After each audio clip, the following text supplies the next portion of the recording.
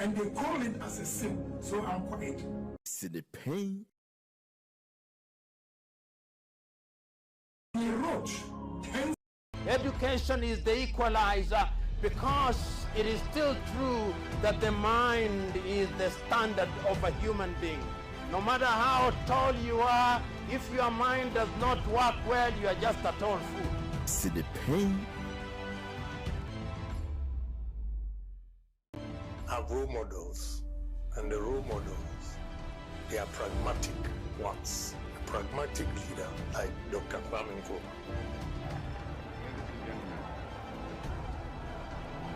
We live in a world of contradictions. These contradictions, however, keep the world going. Let me explain what I mean. Ghana is a small but very dynamic, independent African state. We are trying to reconstruct our economy and to build a new, free and equal society. To do this, we must attain control of our own economic and political destinies. Only thus can we create higher living standards for our people and free them from the legacies and hazards of a colonial past and from the encroachments of neo-colonialism. When you look at the existing infrastructure in this country, about 60% of it was done by Nkrumah in the period of 9 years, from 1957 to 66. And up to now, we've not been able to match what he did. Our enemies are many, and they stand ready to pounce upon and exploit our every weakness. They prey upon our vanities and flatter us in every kind of way. They tell us that this particular person or that particular country has greater or more favorable potentialities than the other. They do not tell us that we should unite, that we are all as good as we are able to make ourselves once we are free.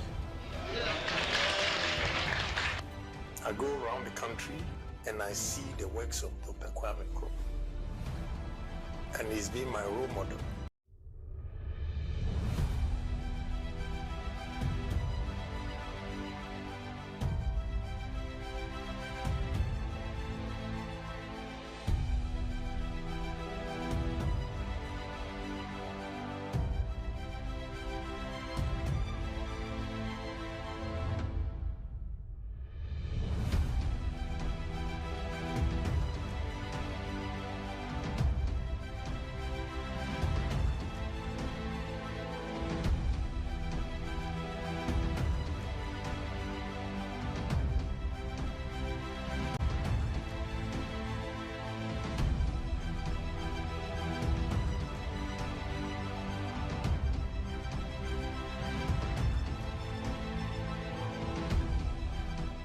The Chinese president summons all our presidents, and they summon them. The letters may be polite, but it's summons. They go to Beijing, tails between their legs.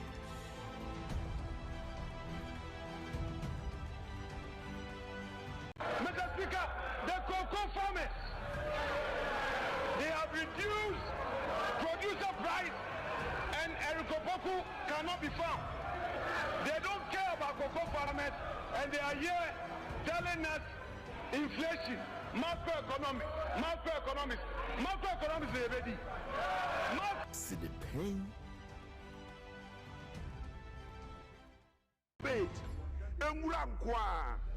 You have done the same propaganda for 15 months. Today, you have been exposed by electricity charges. Electricity tariffs are exposing you that you are not doing nothing in government for the last 15 months. You've been exposed by water tariffs, that for the last 15 months you are not doing anything in government. Mr. Speaker, business owners are suffering. They cannot pay electricity tariffs. Mr. Speaker, Cocoa farmers are suffering because you are struggling to manage the cocoa sector. Mr. Speaker, this is nothing other than propaganda. Mr. Speaker, your government so far is government by propaganda or propaganda with propaganda and full of garbage.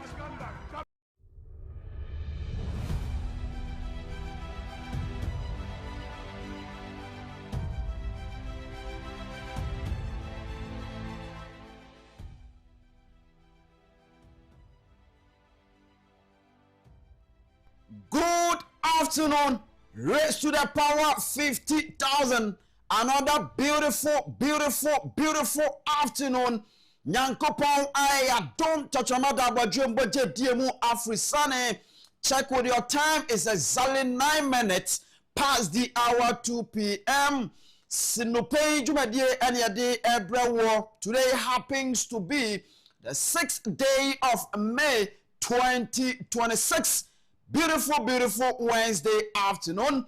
Nyankopon aboya ho ban yen ho ye menim se baby a kan ho ewo bia no won so ho ye another edition of No Pein and yede eba Albert Asumani politicals will join me na yede Ghana and Nkomo abrel sa enso and ye shase no me the editorial enso ebeto so na ene. Of course, big interview. And so, today, we are going to sit with a year 2012-2016 independent presidential candidate talking about Jacob Osei Yeboah, popularly known as Joy. Nafe Yedi and Nkomo as we speak. Odeneho akobo the base political movement, no. Enya sem ketua sese no o se babia wo behia no enkomo bia wo die anamo bia wo tuo enwom bia wo to kase bia wo ka no oka in the name of the base political movement no wa join it na wode ne ho ebebo na fe party no ana movement no atoto ne niam ma niam dane na Ghana for Agyapong na 2028 no enya sem ketua enti ene se yene no ebetena se ne adi nkomo ohwe yen utie yen oka ho an yede eba eti as usual ebra ne so ebebie phone lines no ne ama kwan ama wonso wabam na yedi nkomo ewa ha ohwe yen ewo eye amanone ohwe yen ewo Ghana babia oka yen wo bia no you can join us on YouTube Net2 TV GH Net2 TV GH o join yen ewo ha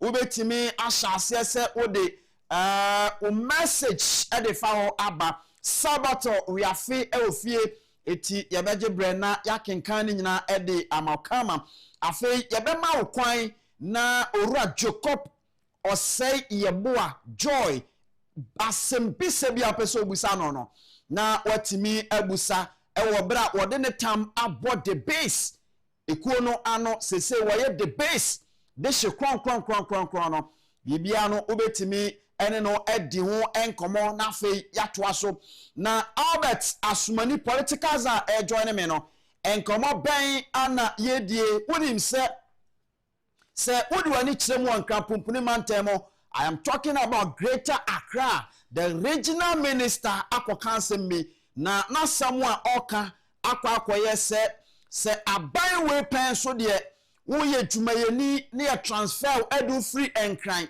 ekọ baby foforo pe punishment and ye de ema wo ibedi won komo na afa ya hunu sania esifa etie sa enso so ana ye behwe na afa nsam ahodo aka so yasan edi ho enkomo na eno na chi no me ne Owura Jacob Osei Yeboah asinkonwa ewo the base kuoni dimu na yedi nkomo enso ewo afidikase yi eso wa join yen ewo chichini bencheye enkra pompuni mantemo eye oman 107.1 we are shaping the nation. Asante Mantemo we are Ash 101.1 we are second to none, and then of course we are the pride of Central NAP Radio 90.1 and so ekrem all the way from Asin Fosu and Wade Eba na enu na chi no wasan so join yen a net 2 television so aha ane yade dwumadie no eba your #1 political afternoon show No Pein ane yade ba ya from Anthony Kofi Inkum Dazi from Mr. Inkum. I am your host, the one and only Mr. on radio, the one and only Mr. on TV. But I say wa join yen ma yen fast da brand no emma a Kingdom Herbal Center. Kingdom Herbal Center. We aya juma ko kese pa ye sha ase se ye juma enye na enura wodo ye de aba adwaman so no the testimony upon testimony and a day aba amanfo eni age ho. I am talking about a Kingdom garlic bitters and the capsules. Kingdom garlic bitters and the capsules. Eno ana aboa yen am ye nyina ye ho ayefe esan se onum bie no na ebo ho ban efri yade ho afei onum no se yade no aba so dada na etutu ase enso ede efri ho.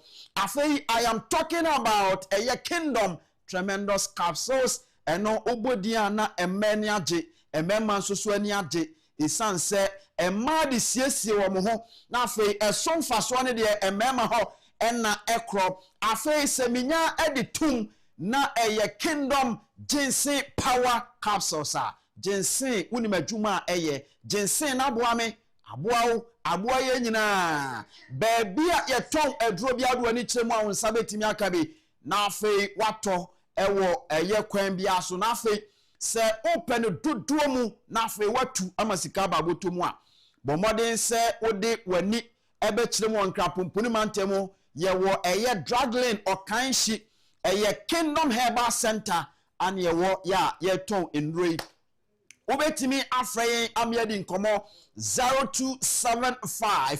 804 064 0275 804 064 na oni yen edi enkomo ebusua me dami honma pick bibi from the Lion's mentality. And right after that, I am going to share a quote from the former president of the United States of America in the person of Mr. Barack Obama. Me be share the quote bi na free Albert Asumani politicals are joining me waha na yedi nkomo. So today, said America no Orua Jacob Osei Yeboa is also going to join me. It's all about the base.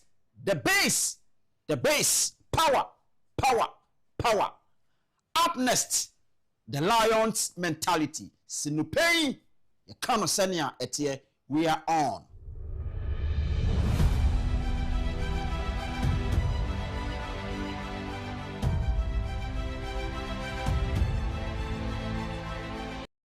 Osho said the greatest fear in the world is the opinion of others.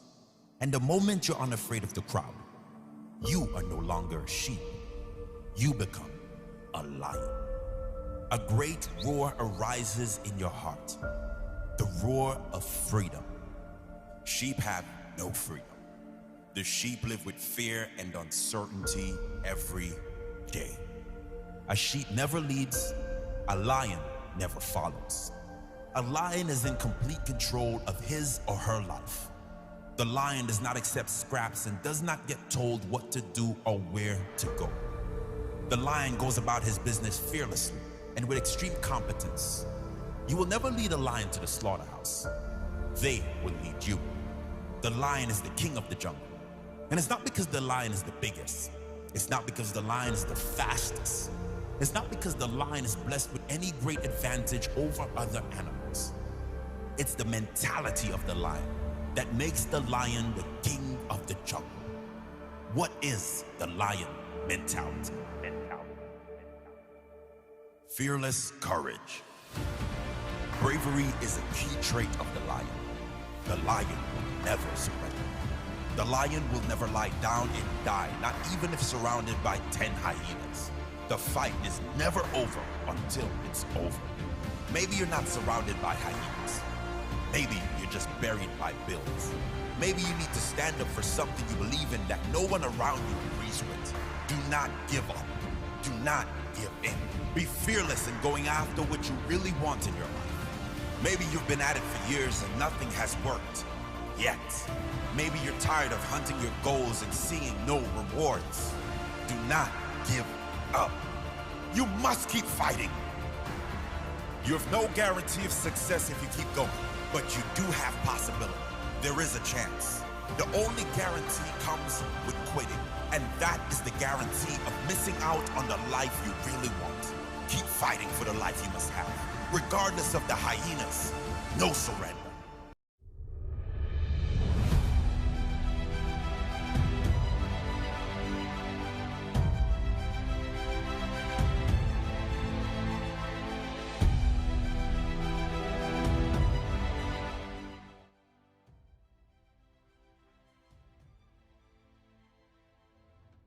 Welcome back. Ma me no wase se okoso eka ye ho. Ma me no enhye special quotes from the former president of the United States of America in the person of Mr. Barack Obama.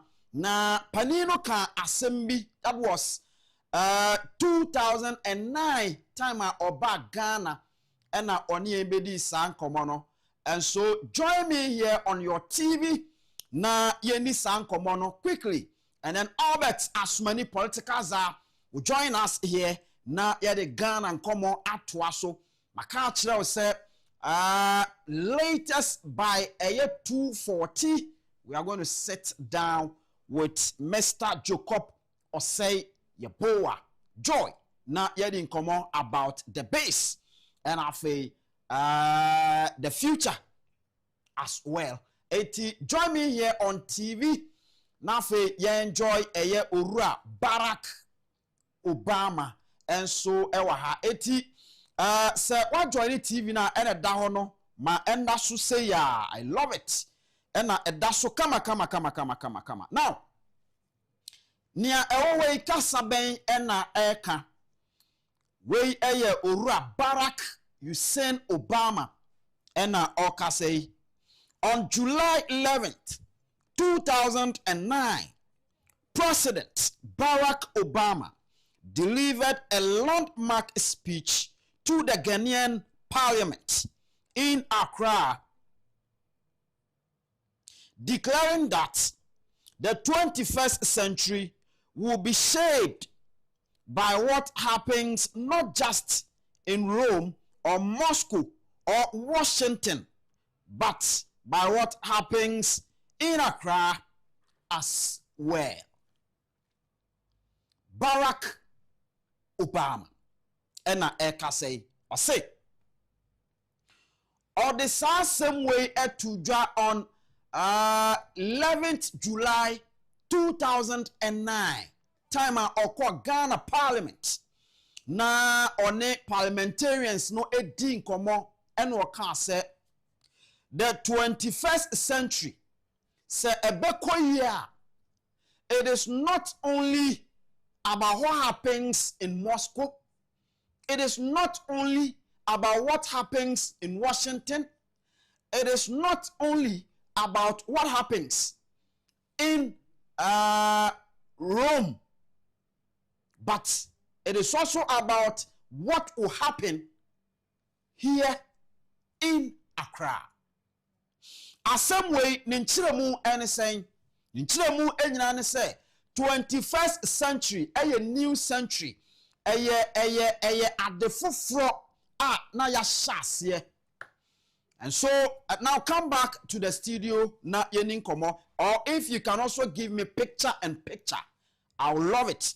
And so we aya someone Ora Barack Obama ene kaye time a Oshia Ghana emrashebe dwafo no oni omo edin komo papa no eba Ghana ha ebe sra Ghana na obaye no ene one parliamentarians no edi sankomo ya o kan sa same way, and I don't know whether say your parliamentarians no and answer the Ghanaian politician eda so kai sa same way ana ne wrafia ni ano peso o kire nyina ne say eye 21st century a shase 2001 the year 2001 ɛna saa century no ɛhyɛ aseɛ, that is 21st century ɛhyɛ aseɛ, na ɛbɛ ende in 2100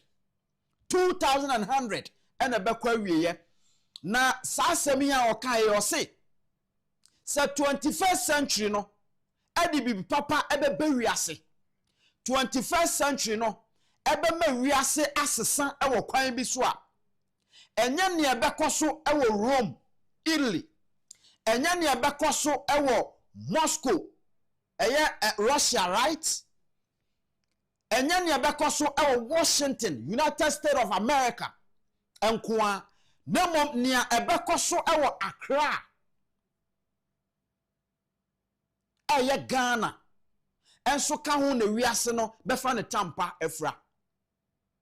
Ɛno nti sɛ wiase nyina ka bom na afei omu nyina kokohia United Nations ekokogye atum sɛ by 2030 omu be make sure sɛ ekom etuo betwa enipa eni baabi da no omoda ka kwan so eda bontene etuo betwa enipa hodo a enya mframa papa ehome etuo betwa na se Italy for Russia for and afei America for asha asiase omo ye omo de na se Ghana ha de bibia nsesan ya esese ye bommode ne ye kaka ye ho ye nko ye chi 2009 ena papa yi eka asasem we eti se ewiase nyina pese asesa etimamufu abrabo a Ghana enso so eka ho bi, Ghana enso so eka ho bi. Se yenkai sa kasa we ya, then we should go back na yenkokan na yenkaka ye ho se bibi eda yanim a esese ye, because me no ekasa sese no 25 years and abesinko 25 years abesinko and me no mienu nyina di ho dance say before say ye berua eye 21st century mo na unemployment rate ewo form, but ye wura mu wie ye no afei de aye bad we eke enkoma hodo a esese Ghana mrahye badwafo mo hyase na mo kai mo ho ma me na me ho mra na me ni Albert Asomani political za yensin konwa na yeni nkomo na afei de aka no ento aso sini pain ye ka no sene a ete we are on.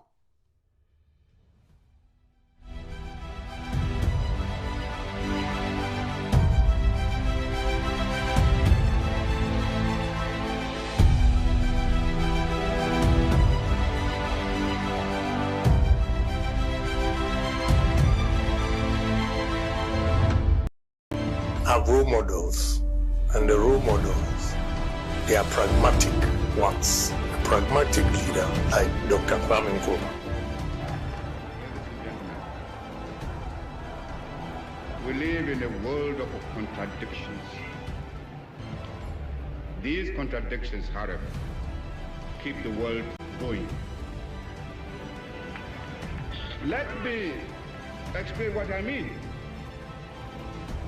Ghana is a small but very dynamic, independent African state.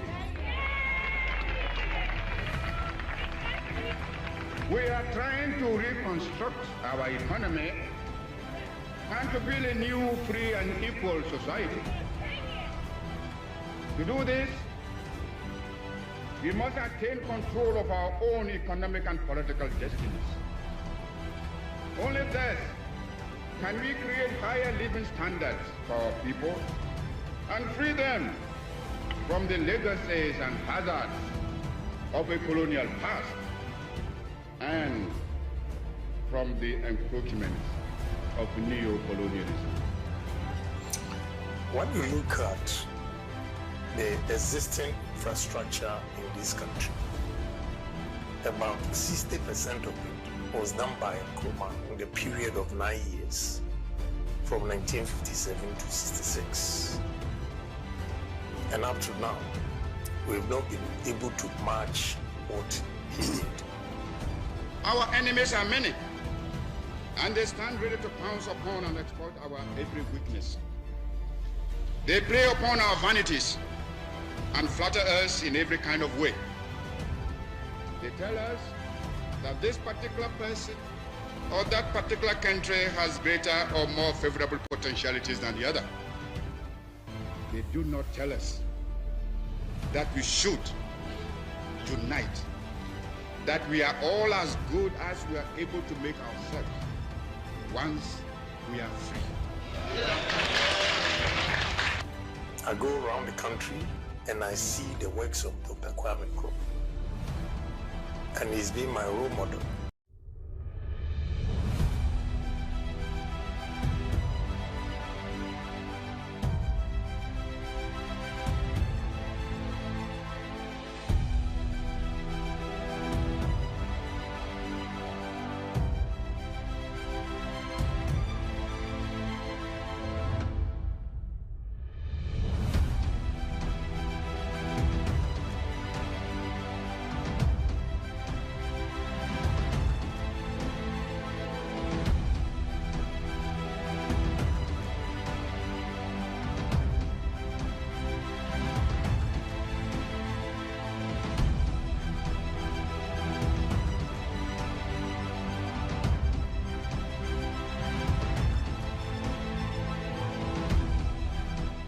The Chinese president summons all our presidents, and they summon them. The letters may be polite, but it's summons. They go to Beijing, tails between their legs.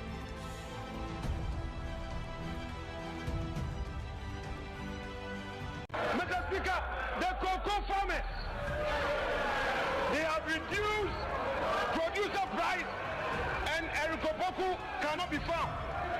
They don't care about cocoa farmers, and they are here telling us inflation, macroeconomics is ready. See the pain.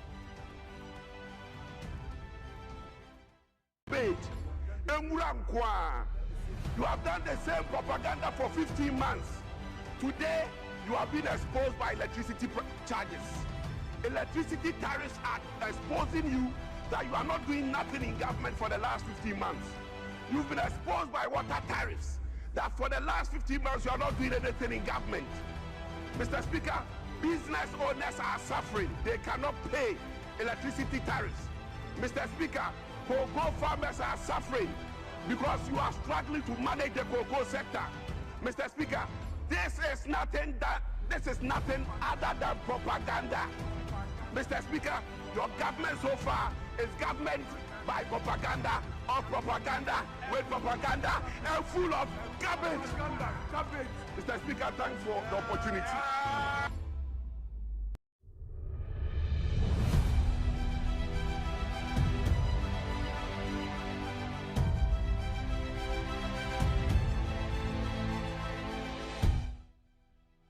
Right, welcome back. Abraso say yesin konwa na edi nkomo Albert asumani political za ajoin me ewa ha ya yebedi nkomo utie yen ehwe yen onsuso ka ho enti obetimi ahase asene o messages ahodo no ede aba via YouTube and afi WhatsApp onsuso afafa WhatsApp number 024055 0899 0240550899 so yabeje bre na afi yakan ni nyina so e de amaw Albert asumani political za atnase opani boko de Nyankopon adom ene empaibo nti me hoye pa ewiase am se abotre ye o abotre ye ko se wa ma abotre ndi wanimu a obi betime de ntomago ase watade papa bi oti ase enne can you imagine say me nam kwan so ameba no dru baby na Range Rover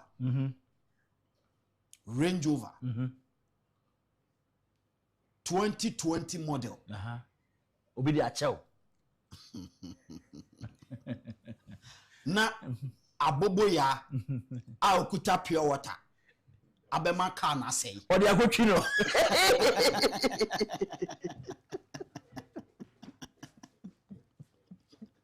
because the driver no Range Rover driver no thought say abobo ya driver no will give I mean, much respect to that car. Nanke bia watching who are chain. But abobo ya cross. Bin chawa no hwe. Enne meba no same abobo ya wa load je negum. Ana memi wo inner lane no fi outer lane. Or force no bibi catch them me say. Sa abobo ya nyina oditwu kura na o say wo bibia. Oto abobo ya ni nyina kura bia fault na o de be ayi damage na o be cause no. Entimi entwia. Enti jama nenko. Enti bi gida hodi na mehwe na ototo am na gbum di be bura manim no de koye bi say gum. Enti za to abotira okay. Yeah. Me say like joke. Me shock one di ni de we no opre no. Me say odo onko because I don't ready na how many minutes na me di wo. Uja na ma ne kwa. Eno. One. O damage na obe kosoro. Oye den ontimi ntwia. Yes. Abobo ya insurance ahena wo ho. Ana wasa delay time ebia na wo ko baabi. Wasa say wo dey ni nyina. Nyame amoa na wa kra no wo even comprehensive insurance a. Esese wo ko report ma police. Na wo ye ho nyoma answer kra na insurance no watimi eden aclaim ni nyina a waste of time. Enti se wo nam kwan so a as a driver and as a rider and as a pedestrian crowd nam form no abotre de ehia papa because one shot 1 second ade e beto no ubenu se me huyanka me say etutu car no Range Rover no ne bonnet na tutu bumper na tutu ne tie ba ko awi ama car na si o ma chese enimu no kra asesa na abobo ya ne siwa ne ho krom ne ho som sabro fianka no bibia chire ni nsuo ne pe e na atuo ono e feda chire ja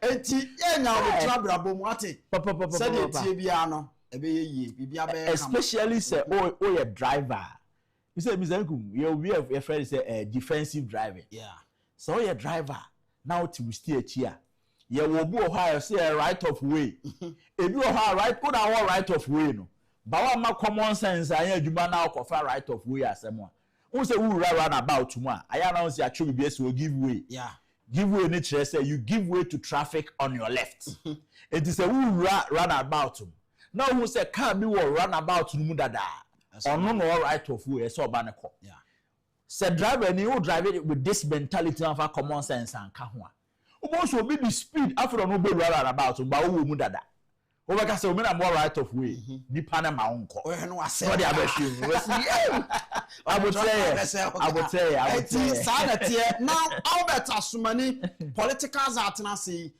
yen koma ye ba bedie eye demolition exercise a ekoso ewo part of Accra na ade a ekoso eni say Ramsar site that is Bebia eye ensuo kwan ya Ghana fo bi esikafo womo sidan kakraka womo bie nnwuma asisi siniama asi ensuo ne kwan na eno ena womo ya adwene se ye betututu ne nyade afiri ho eti eno mu na nsantrofo bopin regional minister ene no kokodi enkomo na regional minister no akoka asembi eno dance upefe se Ghana ha na ye wo no say aban we pen so si you we adwumayeni ni e transfer we free be efri nkran ha akoba bi nko ade a form of punishment ye punish you ma yenwe video ni entie mu asem na afi yeni nkomo ewa. And this permit was given to them previously in the previous government, and so this is why we are here to make sure that we correct some of these things. And the MMDCs are aware, my dear, if you issue any legal government is concerned, I mean, we only assumed office about a year ago. And this permit was given to them previously in the previous government. And so this is why we are here to make sure that we correct some of these things. And the MMDCs are aware, my dear, if you issue any legal permit to anybody, then you should be prepared to leave the office because you are not ready or you don't fit the job in which you are. And there are engineers too.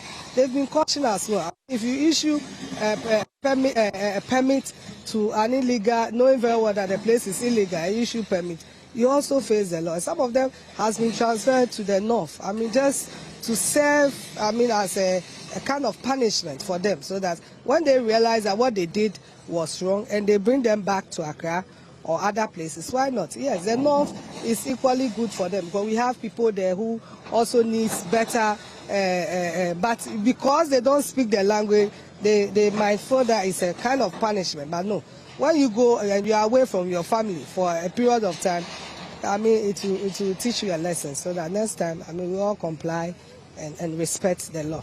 The government is concerned. I mean, we only... Regional minister, and I can say, Albert Asumani, politicals are opening money down. Mr. Nkum. Yes, sir. Medase. Na answer na me regional minister there no so no. Who says Ramza site ho na omo eye demolition. Eye baby a ensese ni partner. Ana omo sisi dan ho omo bubu.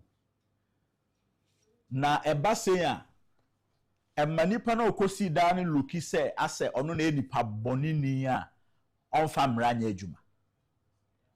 What I say? One, according to the regional minister, or say the people that have their properties there, no, yema permit. But according to no permit, and you're my buying they buy, and no remember no so. That means the panic cost ni dino. Or koje permit. Enti yema na permit na yakobuni na guzesiano. And then compensation ye de mass anchor for. Anna. Usha danya yebu ya want to mean country say the 1 month the page as our structure we see Debbie. What was the assembly doing? Assembly name penimfo a omo ye in charge of this Ramsar side so omo hwese obi anko ho. E de na no omo ye no mo tra ho ama nipa raise 3-story building. Esi once an yekofa excavator de akobubu. Fast forward. Yakobubu as a regional minister. Enye bibia na yede politics. You see, sometimes some of the politicians, and as soon as they talk, you see that this is a complete square peg in a round hole. Complete square peg in a round hole. Na mse kum day by day no. Me share President Mahama appointments ni bia. Ana misa say then na nkofo we appoint your mom call office. Then any appointing nkofo mom call office. Se o hwe omukasa ne ne omo ye a asa tumi na foforo omo. How? Nipa na oso omo ma permit no one, they are not politicians. They are civil servants. Some politicians can say a transfer omo. And why must you politicize this permit no ya issue no ya time na aban for no utwa mu no? What does ya come mamu any aban adwuma ye ni aban etwa mu ni aban a entwa mu? When it comes to the district or municipal or metropolitan assembly, mumajuma no, you don't care about aban or also whether CPP, MPP, whatever. But that's why assembly. You only supervise the MC in the pet and our assembly numa or your political head. Yeah. Woman in civil servants. And ye MC if you are. Omo makano. Omo fa ba Germany the oba home. Omo yo majuma. And regional minister kept on saying, "Ana ya buy there. Yan share. You see, I am no mo ya mesre. Akasi entina kumu hada." There's one tape or say, Omoma buying, John Mahama buy way, and Shamu issue permits that. Mr. Gus already district assembly, Nestra channel, and acquire Mofaswa, Omo issue permitter. It has no political color. So, Ochire Musa 24-hour economy, no. At the proper change and she doesn't even understand the 24-hour economy. She doesn't understand no empower adwuma nkoda. 247 they are working into obi ankoye adwuma najo. Ana meka say Linda Okulu, Greater Accra regional minister. Adwuma kra so as a regional minister and the local governance structure on tiase. Oh how? On tiase. Because any politicians no mu issue building permits. Your committee what every assembly they meet, they look at go for applications or whatever. You have to sometimes visit the site. And these are technocrats. Yes, visit the site to see say site no assassin crown assassin yes so dying. A DNS or me and Mr. That committee in a meeting in assembly no. Opa check every assembly. In a year they don't even meet 3 times. In the whole year. How? They don't even meet 3 times. And imagine say take an assembly like maybe Ponkatamanso. Developing assembly and kofo sit down every day. Now about 500 people are applying for building permit. They cannot even approve a move 50 before the year ends. That is what I'm saying. So sometimes we shouldn't politicize everything. Say, I'm buying a term, I'm buying a term. Say, assembly now, what it takes to make sure, say, me approve you be a building permit. What they apply to assembly one. And you see, when the people also get frustrated, they go behind and go and bribe the engineers in our assembly one. They no more see more dying. Some of a Danako Musino, a stop work near the red paint. Sometimes they write it themselves. I want to see that in Ankasa.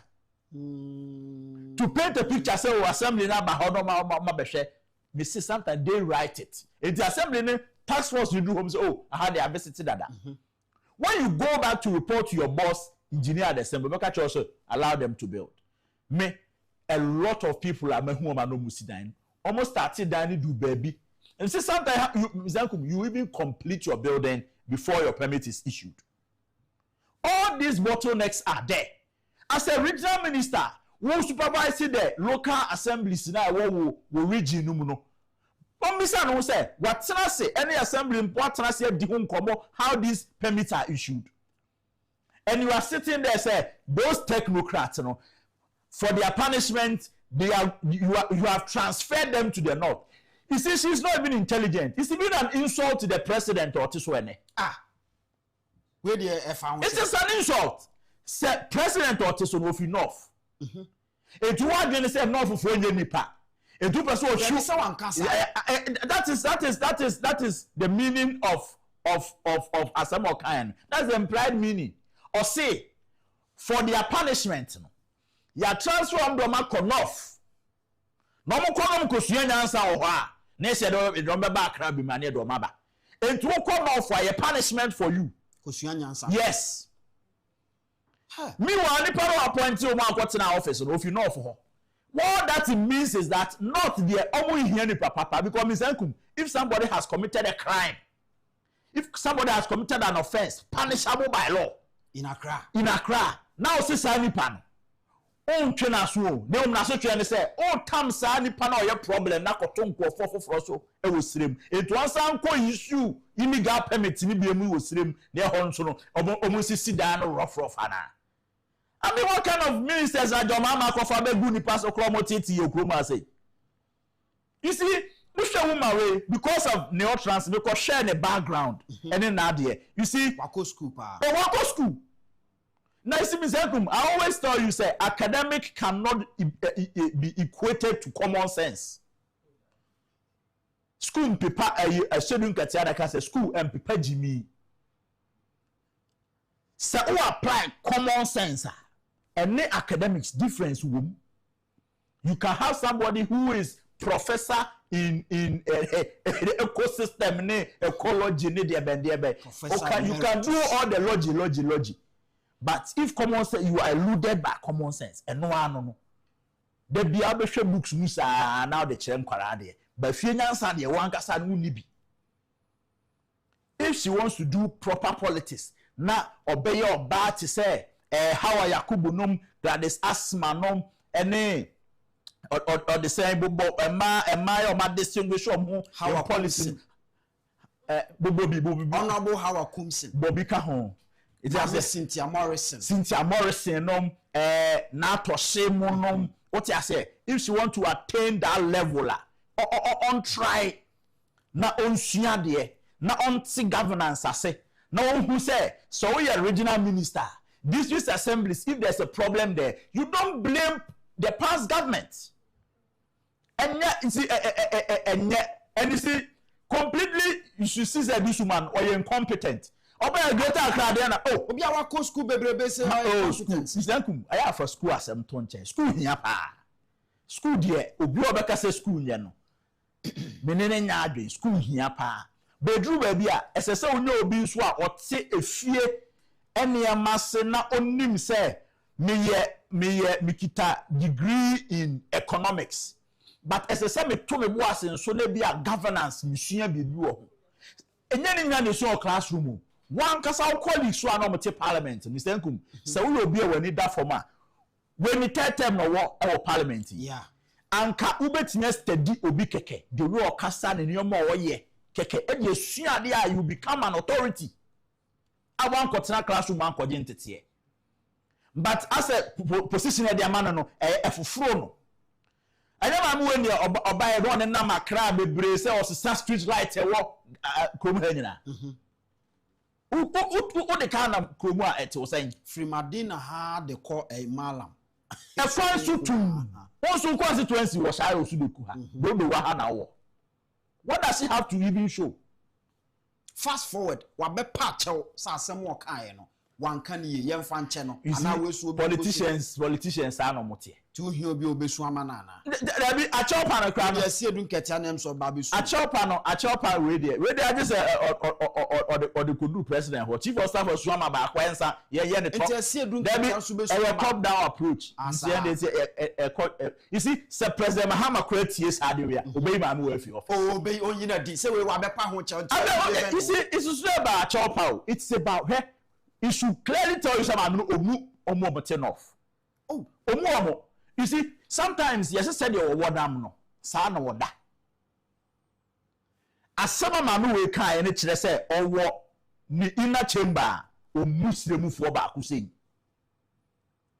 ento oprobi atwena so a eho no do obeko enya no nwanwa say enkrofo bebre mi na madam ba akwa na yedwuma so ADB ye man so a ye se da akoto ayi wow se paga ye de ono so ko sire ai chese ye punish wa hwa na ye do enti ana make say ye system ana make say for dey ba enya ndc for na mu binu omu nuanom nordness no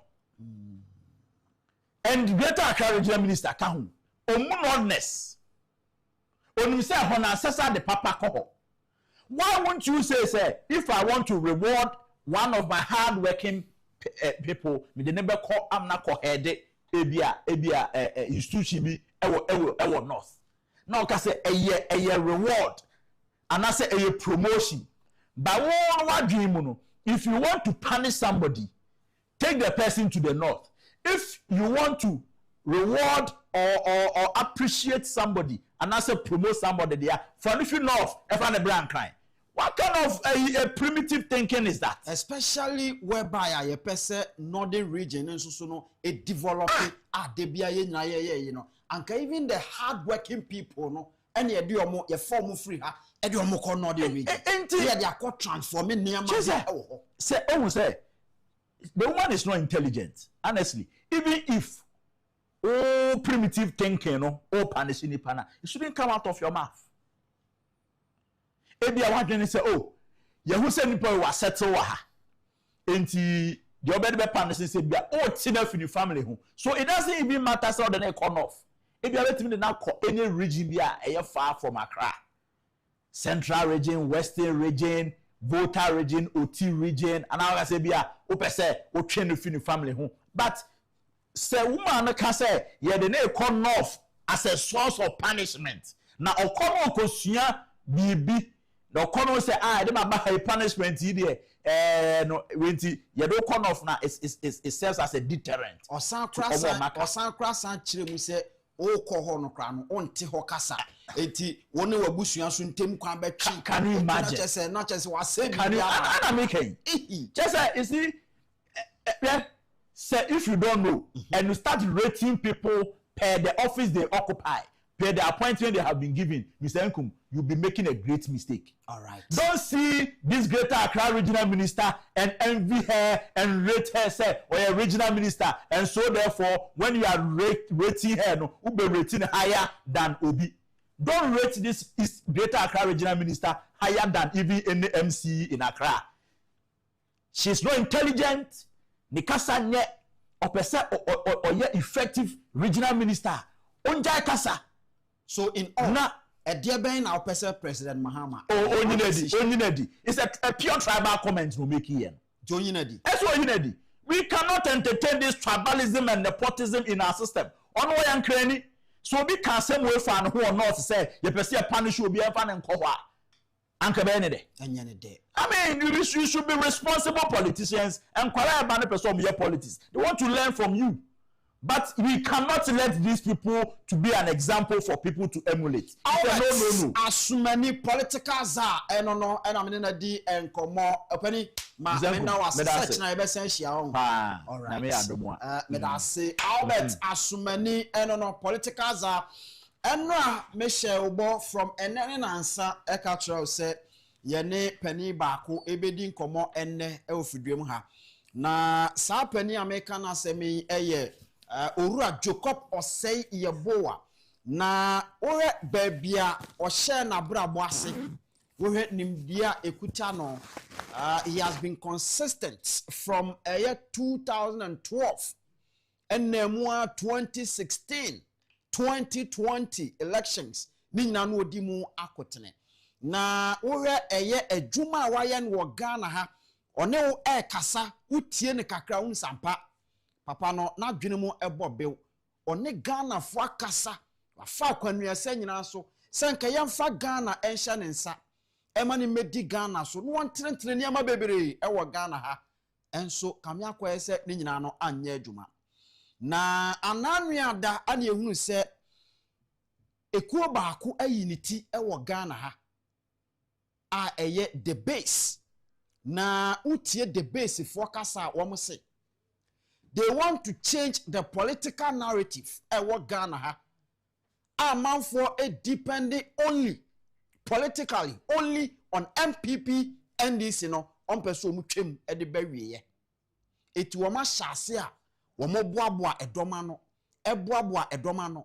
eboaboa domano na womo apekandini ya obedia ni mu na utie the base for na omo say yewura ken ohene Agyapong ena womo epese obedi omanim eti womo so boaboa domano a womo atwen yemu etwen na obeti na pani we say me mabeka the base ho na we ya declare na we declare anano ye koda sore ya na owura Jacob osei ye boa joy essay we declare ediama the base whether eye nokre ana enye nokre eye ono nanum ana ye betie edi afri said ya mpanifo kan ye say enhramapa efata ne wura no eti ene yato nsa afre no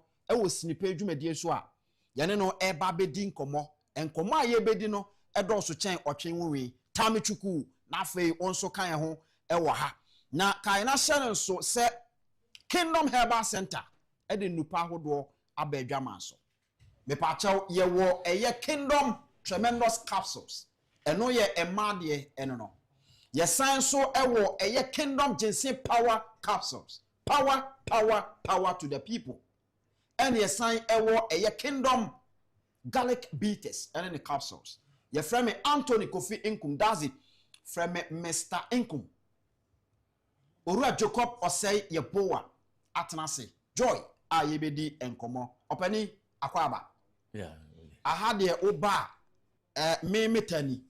Ena etana esi wono so ye wo so dia eno ne yedi chia eti obefa wota aha na afi wo de aba me ye de asiani eno no eno ane ye nchia wa echese ye initiative enti obetimi akwetwa obani boko de awreja dumino mompa adwumam abrabom abusuam etese awreja dum bibia ye boko bibia ye boko yeka Jacob osei yeboa apart from say Ghana for enimu say 2012 2016 2020 ebesi nne wudi akotene ewo Ghana politics mo no se wankasa o kire wachi akwan a wo ye wan oh me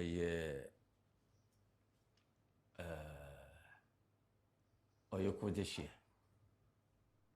I'm a fresh anti-mime me ko school Pokuari me ko KNUST I question electrical engineering and me ko Agyapong AGC Obuasi I ko director of AGC Obuasi. ma yen share the microphone no ema no na fe yen sanso emra back na yen hu se de tie eti Owura Jacob Osei yeboa ene ye no edi enkomo ewo fidue mu hanti na o kire na chi uhunu a ubehunu se this year we this year ofri aha say no tie eno hu nkomo ana edie mayenko ana me masters me koye me MBA Warwick University o she school ase Pokuari I say ya kan ya wo me Ozongo Akotiala okay eti Queen Elizabeth Dynasty Bompata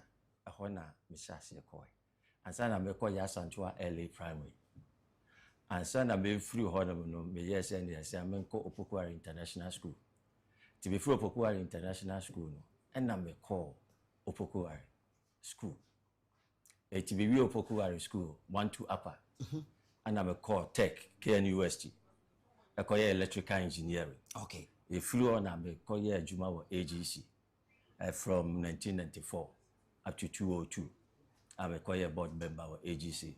Yevra Samjona Adaroma and then Tetia of the mine. It to be free AGC no. Minya cancer. And to be nya cancer na actually I'm free AGC.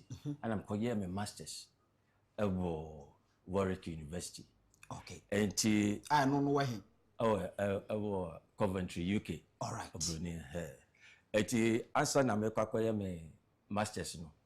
That time no na me free agency na no me koye West Africa manager ma Sherwood International company bi ana base wo South Africa super group na me omo West Africa manager near consult my mining companies in terms of global supply chain issues and because of my electrical background the name mining understanding nti near consult my mines within West Africa eti free na me 206 me the team company vital source and I made this annual money enyina enti mo na esan say 209 on na galam say na shase but na ye wo manshi mu no ne enu ba bi eko enti shase ebo hu dawru say anhwe ne anso anu tema emre bi beba galam say ne ba ye tisania ekoso because na agency oboase ne ashase ehu ti na ye find solutions to that enti eba no afa galamse hu de ye de hu ne mako se nimdie ne nyema ne adwene a ye de beboa se ne be ya nchirima ebetimi anyom ane de yaye me pese me kan bebre wo kan bebre na se wo ya adwa wanum bi se obi a I mean wa bobra nyame epegya on kakra to this level die ntina ka onkoso entena ho as professional na odo hu kowura politics dede bebrebe e wo Ghana ha no odo hu kwa kweshem we dey esi me akwa na menyi ni say agameko politician obia na onim me bia na no menyi say me yesofo ba me yes be di sofo no nkwa nyame amama di sofo eti abe ba politics bo so no nyame anka se ko join MPP and NDC ntina from that time who say despite offers by I refuse eti bi wo ra na pejifo say o ye dwen wajure yo say so nko na apese woko opeso ya ajiba but yes a principle is a principle adia ohwemu a unsa ukomu a untimi nkosesa nema is that so be join om na sadia no so moa oman no etu kasa wo de ho kwa kodom mo a emwa eti that is we need a systematic way ye betimi prompt your politicians adwene adi asisu se sebi se ye ma be ye president a onim na sechire we are empowered servants okay of the nation. You are not there to rule. politicians to me no entese ahemfo ya show den se be so ya ma wo to me say to me na de ma no ente to me a ode ba be di o manfo so eye to me a ode ba be serve o man no eti se wo politician a office ya ma no to me say on from some o man no ye say opese oye no ho te se wo hene let us say be he's lost it entirely let us wo nim presidency no ase 2012 2016 you say one kasa udi animu as an independent candidate presidential for that matter but 2020 ni ehunu say wakoye running mate e di ama Owura Alfred your friends Walker amanfo dwena no mtias the sabre no na osika asa anade na esie na sign o say obiawo ya de a that me cars omo no mu tie me 2012 na me say a political mission obviously your ambition and I'm saying maybe there any ambition it's a mission. Okay, whenever you have a mission now the mission should outlive both you are you are more or less like a messenger or the asamoba now what seminar wo can I would say it may stand the test of time it may outlive it can be wuya kama wua ankasa me niema yes Jacob say ya boa na oka o sha kan from 2012 no sane mana na ebom galamsi obon hu dawro ebom national identification they catch say me banisa because of my background and instrumentation and like I say may use ICT and they are fighting corruption and they are building this nation no man no mutie and no na kind of digitalization near my course eti na vision no wo ho no on se sebi nyame na manyansa ye de osoro ama onyansa ntimi mbu oman amane nkoyi ana nye obi aso na ebetibi abu oman what you say eti nyama na Jacob say ye bo a stand for and na dey adi it's a truth passes through 3 stages. First it is radical tama me sha say ba as independent a wo ye hwan obenya wo MPs wo he obi say that nankofo esiro what did I just say. That is the first stage, it's radical. The second stage, is resisted. Okay. Say the independent. They will fight you. Oba who say, at the end of that, say Jacob say, yeah, boy, Jina, independent, consistency, and then the America said that is the area. Because as Ghana, no, say, nana line. Yeah. The whole world just say Ghana, nana line. I just say, you're independent. We are not for west or east. We are looking forward. And then I say by politics I say or right wing left wing and for young kobe bia it is that null and line and then you have the independent system that's a independent system now and say political party bia so an ideology but the case independent system any a particular political ideology but that ideology they say do that which is appropriate for your people yeah be boa mind for no na wo ye. And that is the root cause of the base. All right. So now talking about the base, you say you've been around so many years in Ghana politics. All of a sudden, it could be about the base. You better know we declare. You could that sorry ya. You say also we declare. They can yes or no. Is it true? Say what join the base. We are the base ba. Me say dear be di mo akochin papa. We are the base this year. The base this year. Concro. Oh we say so what share within the political space.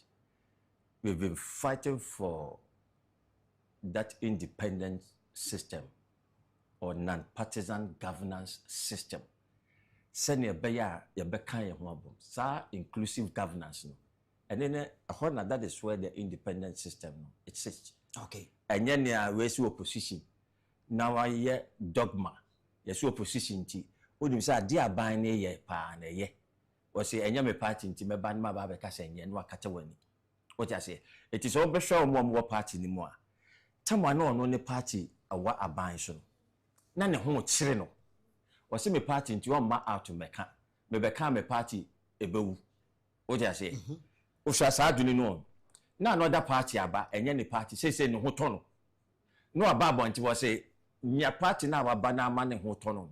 oba abotin was a party ninye obegu ne ho fi eti ohwe sa nipa no a otimi yusu na dwene editi da ya da ebi wo hon ma party for no timi hwe nipa ya wo no ya nyem no boso menkro na ya wo no timi hwe nanim etimi yo de su ni TV su say etimi ka say ye party ni de sebi udi odwan me siwo na de me party ni flag ya Sankrofo we on constituency on beto am odwan me so bi ba radio so beka BBC a officer chese ete nipa no a one mo kasa no ombumo o person chese wo hu odwan kra wo onipa ya nyemo no wo hu odwan a nyesa se di party bi flag ato wo bekwa koto am odwan chese wo sa nipa no odwan kwampo ye chen enum nyansa chen onim sa o mo ba bonten beka sa asem na no mu di atem adentia sebi o free say o ma dada ya ma yanwene ya dwene na da ne de nkuto eti bibia o mo pɛ no na o mo to ye atopre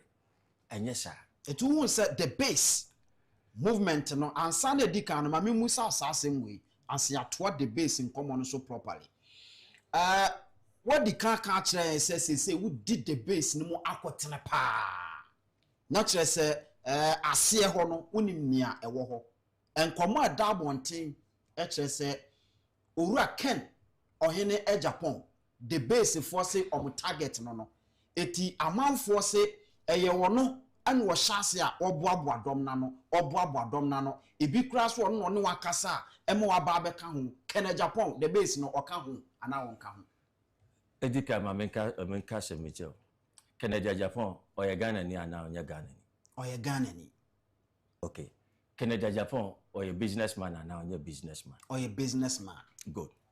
The base now, Ebano, at this stage of the base, a year, Ghana in Peninfua, or Machichi Numa, a businessman and the industry. No did the base neighbor. What I say? The base in the year is Sikafua, almost almost sponsor political parties, almost sponsor MPP ni NDC. Say be MPP ni NDC, no, a bit my baby, dear boy or mine. But no one who say echo ni nyina no omo ba omo de say niam bebre what did I say ama sebi echo ba mpo say omo anwuma krampo no party bi esase say esen no okosi ni dan ani ekobubu no ono na wo ma wo sika e ma wo ti bi ba tumi no benya tumi wo si ni dan kwa wakwa kobubu enti na wo mo koya na omo ba eti omo say dodo na so nyina omo ani afi I'm saying, but be a yeduri. Me, baby body. The base no. Anya Kennedy Agyapong na che. The base no aye Dr. Otibonsu ana che. Me ko mu no, me manager anse Kennedy. Me ne Kennedy empon kasai. But me ne titiru. Asikafuo titiru awo Ghana me timi for mudi entuja. Omo ne fi, omo no mo edi base ne eba. What you say? Nessa say can so ye businessman intino. O wo dada. Eto me no bi busa me say Kennedy Agyapong woman as woni. And then na me busa question. Yeah. So ye Ghana ni na so ye business ayidia. O wo bi. Sankofo no ma come on bom edi the base no aye den. Eba. Anything na ma me madam no. Business and industry players and mo come ho abom. And mo sponsor MPP NDC. And mo come ho abom. And mo kan ho abom. Say no omo pese nyema ya no ntie no mudo musika ma MPP ni NDC sene be ya maburu no ebetimi anya adwuma aye what did I say omo we say sa nyema no ensi sene be ya economy ene nyema na omo ye na bekoso na se edi tumi be ban we ba no aba be say ni nwa adwuma party we na be ba no akwa kose ba koso adwuma omo hwe sa nyema na deba de na ye hu anything na the base no aban anything na ma me de me ho akwaye den adu. Do you see any future in the base? Say base na amfa future bi ama Ghana meka say momi entumu ndanya che so ma na say yawi o sini pain me sini pain ene kamia meka kire yufufo ne say ene omomo omani mmere na fe de entambo fam hwe ambo politicians no wonti nyo ma ne yeyi na che say empanyifo no omo ye nchirima ne de abro eno ni asem a Dr. Tibonsu. Say me on make us also joy. Say so ntimi nkasa onko awo tena ho. Ye bibi. Emre ne ko ye nyini. De ba de na di gya nchima. Eti ye nyina ye ka ye ho abom se ye pese politicians nitimi ye adepa bi ne timi dima nchirima. Ye nim se wo so ansam a waka no joy. Eti bra na ye nyina ye ka ye ho mom. Ye nyina ye wo business ideas. The base na eba na nka se me ba be petumi ansa na ma ye bibi. Omo sase ye nema.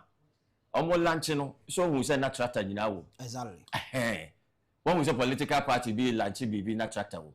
Say you hu tractor na say o ene we dey say agro bi. That be moody. Ogbo hu say be farms. Tractor no cof be farms ko ye adwuma. O say enye dede. Eti na make say industry players ne niam ko omo tena se hu say 24-hour economy ne kra President Mahama Moka na bak ejira omo so. Eti nya fe no omo ba be twa na kasa ban bi ba. Say omo kom ho bom no omo ade omo sika aye niam. Be say make say I don't know that discussion bi na say aye. O say bayire eba ebebua na bebre apro. Yeah. Say the base dwene ho ekwan a bayire empro wo Ghana. Ne betimi aba so mfaso ebetimi si factory a emma bayire nsey na timi aboa akuafo obi a munyanya tumi mumba bem munni wire bia wa ban ho enna mo kasa mo begye asimu nan so se bayire epro wo Ghana no mo pepe kwan dia faso kwan be na mo be faso se ekwan a yetibe say ohun potatoes mafu potatoes ya mu twitwa no mo ya so be preserve ya bayire ye ntimi twitwa ne sa ne fa nya bayire ya tie ndi asebo na ekọ of most ya ya tonton sa die okotobie na wo kochi a enye ye ye twitwa ne se ne wo besi anu a okokoto na kono a ntimi fa mo wa pesi etime mo hwe ma ne nsey that preservation no the base for the penny for also we say you were teach you our base no na din na me pese mebo omo ye nim say penny bi wo ti make say already choba adwuma no wo ye eti bibia fa adwuma wo de kwese ne say ye wura bomode ne stress ade ma we mayen na timi create jobs emma you for enya na at the same time no entimi mo na ba omo ye bayifuo omo sika omoje ye omo sa betimi aka na etimi preserve bayire no se ne baya obi ye betimi ja kwama no ne te se no omo potato so ba ha ye sa ne ma we se bi ebeye because over $300 million worth of bayire and a sell Ghana afibia it is a sad ne badia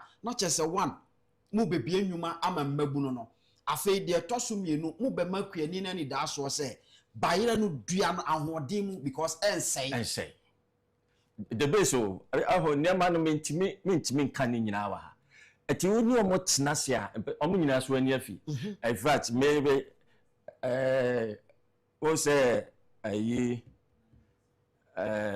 Dr. Sapon o di ni 60th birthday exactly ba ko bi ni me ka so say machine ma me ensa no eto obi o di ni 60 years obi si na chiri ma me ensa no maybe the omo hu be kra de o chese o de o ya kra eti when ye mpanyinfo omo wo sika omo se da bi omo ntra se nye youth na bro say no omo hu so omo de tumi nka politicians they the tumi shamonsa na ma hwe ne mo disadwuma we na ka omo amuni nyina akọ se politicians ni ntimi nya dia omo a ebe me implement sa ne ma no mo timi agya bibi aje say o say income say sa ne fro yeah na me ne ba ko dinko o se joy yes sidan just wa can Canada no Canada we sisini ai me no ti studio hai se me twahwe na me wu a ana se wu twahwe na wu a watade ye hyewe ana be ma so do akomochire enye sa ano ya do ko duru mochire awon tade ne kwa be sa robo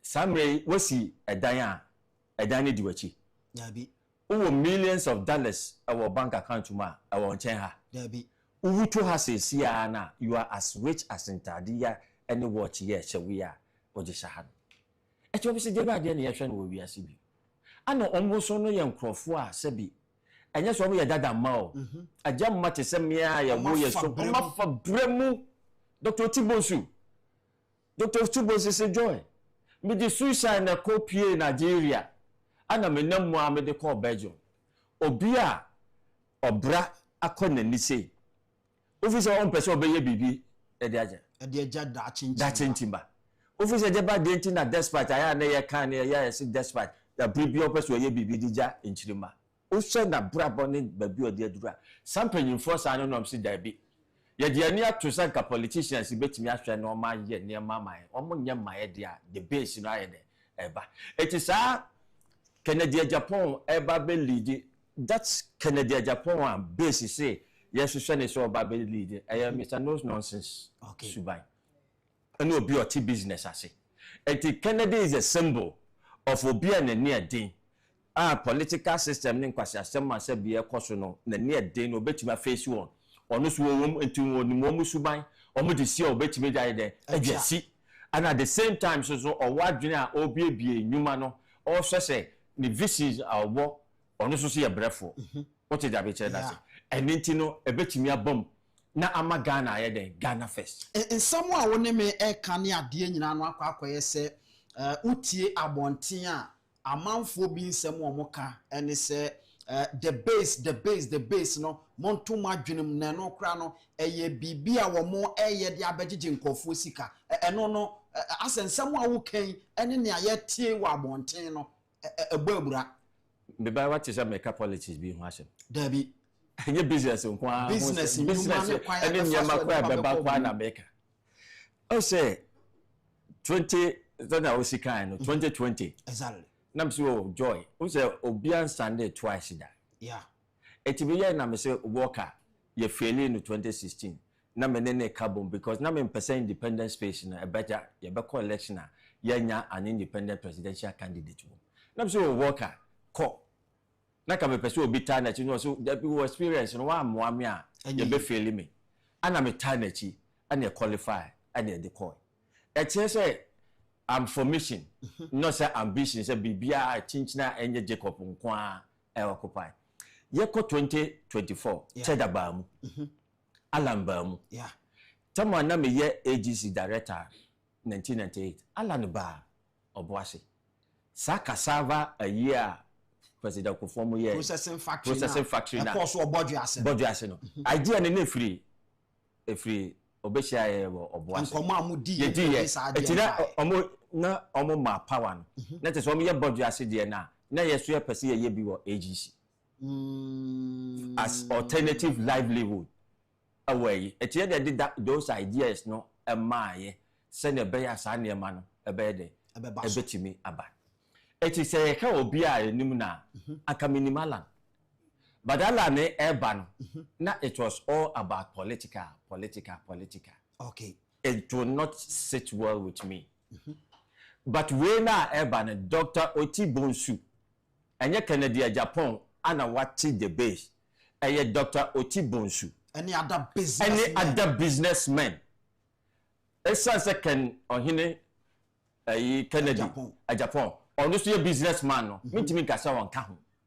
Ibrahim so te say durumra bi ana the base for no na ayi for base for bonidin madam yeah awo ye nchini o ye adani a wo opese enchini timidina ne timidi adwuma ema no say the base ne ba say defender of businesses creating industrial billionaires e Ghana ne esa say ye te betima ka say we say Shaja Ibrahim Mahama waye yeah for the first time we are to go takwa 1877 ana oboase ye 1896 first three Ghanaians ana Ellis mo eka ho a omo na omo nya concession na omo koton ma emrofo no for since that time this is the first time yenya Ghanaian large scale mine wetimi to go onya gold na anya na ode call gold board yeah other mining companies omo nya gold ye hu ba bi eko omo de kom first na nya galamsey kwa anka gold drink ni ade kwa na nka ye nya bi wa ha because omo tu ya na omo de ko eso essence wo ye Ghana ni na onya adama mine onya ye na no wato ama gold board yeah na sa nipa bi sei Ufi say yam cause politics inti now a political party be ba no wa ba say enyuma no there be the base for say sankrofo no ye be defend sa nkoma wonimi edie about mu bie enyuma ene ye be hwama enyuma akonanim afa nkofo dodo ne ade no say politicians no kra no say mo sponsor wo mo boa mo ama wo mo ba ebie adwuma no kra na bo say wo mo nhye dante asenti na enyuma na asanso egu. It is a business people nankasa ebemu dia. That means we are also going to see a certain sustainability in our businesses. Ekoso because what you say cassava a year ye can and a go. Eti baby edru no ato business for. It is a someone mobile.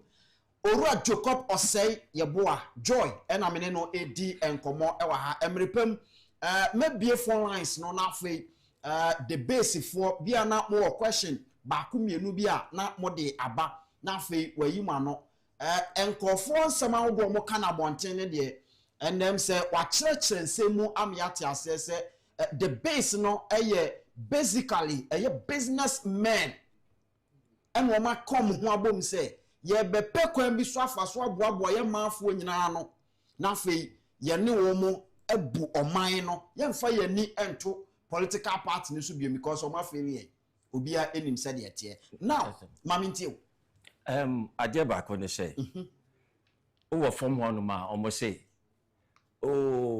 bebe si no mo ba o mo ya agenda no mo ade akọ ada MPP na NDC no de akwa jiska etien ko ba bia mu betima yese du ba bia na mo de mo nya Debbie etina beka etina me ba ha no me send that car politics because politics ne de eyemfaso a ebeba wo the base so na mum se base no sa de ni wie na se base ka se sa nipa we ana edini gina ebebo o man na se mo antie the base na se mo kwoto o man ne dia na se so mo so aye o mo de sune but aje ne se o mo no mo di sika ma MPP ni NDC emma o mo a se bi o mo so o mo agenda ekọ MPP ni NDC wo koje me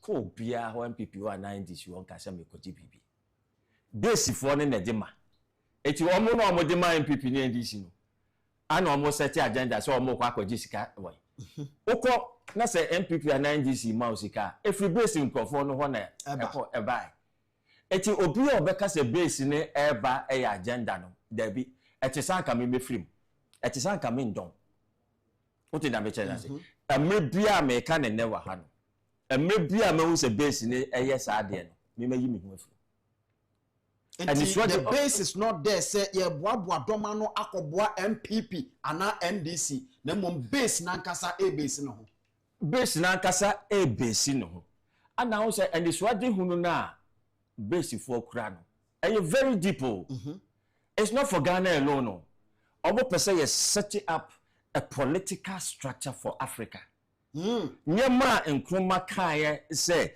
the independence of Ghana is meaningless unless it's linked with the total liberation of Africa. And anything that says a basic person, a setting up political structure, other African countries, it is at the base of business for a year in. Almost per se, Africa, a could be also businessmen, ye net to me, businessmen, a bit of a common boom. No multimedia supporting the political system. A creating employment among Crawford since Africa is a near Namusumu, ne wu, ne yese, ne sumukwa, and then near ma. Also, you say Obama by Oba Ghana, Parliament, or Kasebi. Was it the 21st? Also, I said in the speech, or say I've traveled from Washington to Moscow, I had a chat with the world superpower, and then I moved to Rome, where the economic power. But the 21st century will be saved not by what will happen in Washington, nor Moscow, nor Rome, but what will happen in Accra, Ghana. It is sad the shaping of the 21st century. No, Ghana, it's Ghana any superpower. No mum any base a base a day airbay. San near mano, any sans no. any ye stand on gayism, the solution I did about gayism, ye stand on religion. You who say person religion, ebe say, ebe kaye tirabum. Sa the shaping of the narratives, no. If we Ghana, and then the Bible shaping the 21st century, because I want to young one, no. It is at the base. Who say so? What next year? Yeah. West Africa for normal common one say President Bahama the AU president. Yeah. Ebeman. Oko honoma MPP on one party cry no almost preposition on support no. But the base ye business you know. Say ye nyama base asase yen. By the time on obeko na site here. Oko ya no be catch them say this is the model Ghana ede. Ejeba. Eti President Mahama Kra koye AU base for business men na omo Ghana. Omo no support. Eti say no I mean enche me be kwa homa no so na me ne STF one ahwefo so abebusa questions. Na ma mini kan busa say now businessmen men so me ye grassroots ni me medu that level of business people no and more than I'm instrumenting me at the aboa. As a semi back home, and I mentioned that. Oh, basically, no, I back all the 276 constituency. Obia so and an idea. What did I be? So, when you're engineer, that's a mediocre engineer may have. It to Obia so an idea, because a tratano, a quack or do a fool. What I say? It o level bia no betimi aye eti ye kase sa value chain and analysis aye be ye for nema enuaba na che ayi the base the beba no wo de be wo baabi so when dua wan ka omo ye afuo no ho a ebia wo beka omo drive ade nema no aba wan ka omo ho a botima ka omo loadu ade akuma na so omo yi nema no. It is base in the manner across because a businessman. It is a the base registration per main call register. What one register now how now registration now a bus say and call meeting I'm saying I'm over 2.5 million. Yeah. So, what would you have it? And then organic and Cofona neighbor say no base no registration about another level. The person may be two just say. Another level that level na urban base ye ni mo obi ye base member bia ye be hu ni nipa ban ye be hu ade ye be hu ni profession any ade ye be ayede ade amano oh yes anything they say I say about your businessman and you know my to say political party adwene bia na beba no is just to create business for members of base and for the citizen. And to be biana bebani or creative business now. That's a base in crampo na danwa. What sa constituent also be benefit be. Actually, also idea be a bebiano, idea, independent, ebrew, obey financially independent. Obey ade bohoso. It is at 2028 abana kwakotono. Yaba base for no.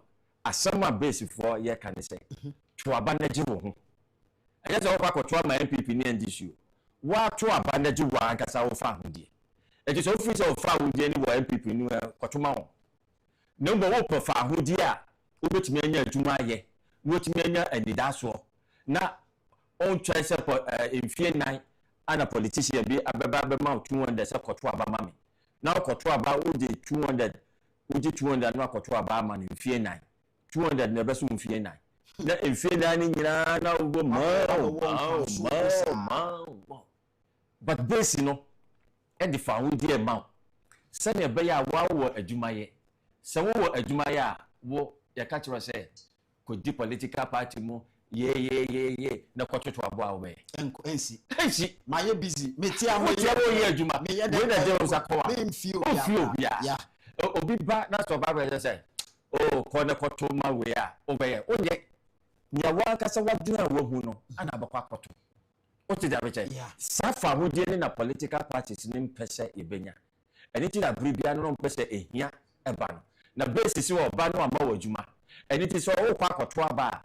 Unim nti a wo kwa koto aba. na obogu nipa cross so a wotoma na oso obenya afa ho bi Owura Jacob Osei Yeboa Joy ena me no edi enkomo eti baby a edru no etwase me makwan na afrefo ne atiefo ensoso ebem na afei yetimi edi enkomo bia na obi wo question bi ya wode beba obi bi ode betan ne de ne to a me pa che se ubemu a na watwa ne ntientia se de be ya wunu ansoso betimi abamu bie na the base no hwese de a wakyerɛkyerɛ ne baby e kɔ na enu nti ena se na Ghana fo a wa manone duduo ni nyina eye the base members Kingdom Herbal Center and so boyen and yedi dwumadi yedi ebrewo 0240550899.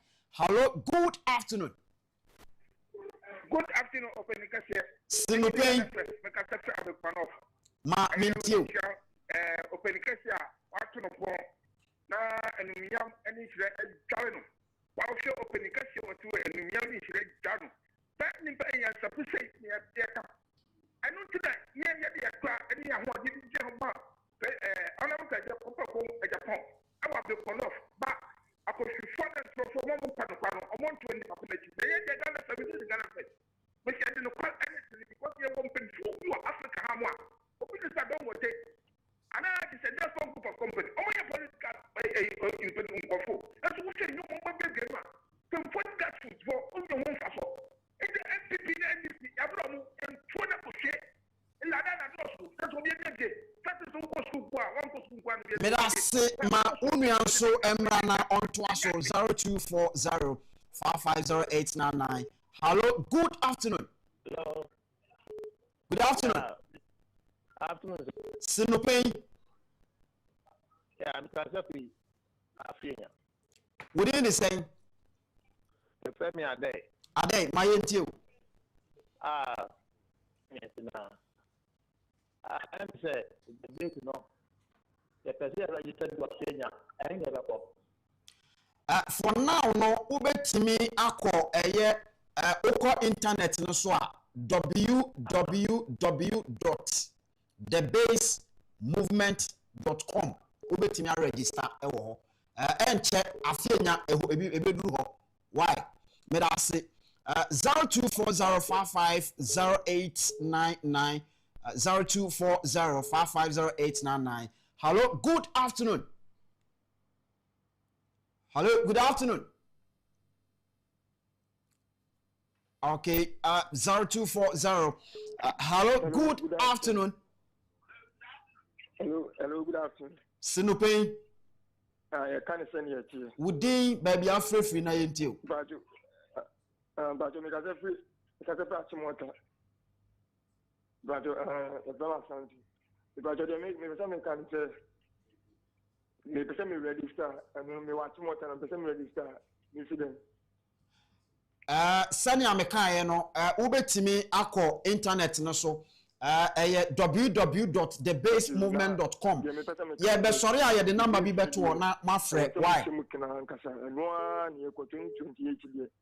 The base ya na ko MVP ni NDC the only papa dia de man.